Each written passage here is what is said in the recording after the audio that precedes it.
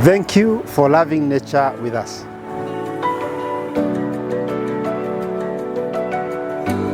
Thank you for your support, which has helped us look after communities and wildlife.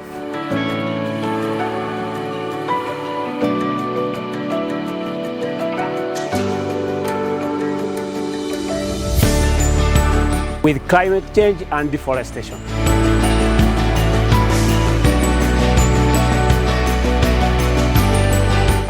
Drought and the communities in need.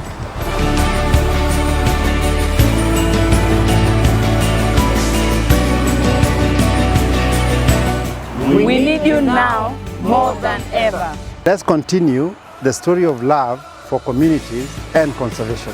Through our actions, Show your love and donate today. Happy Valentine's Day. Thank you.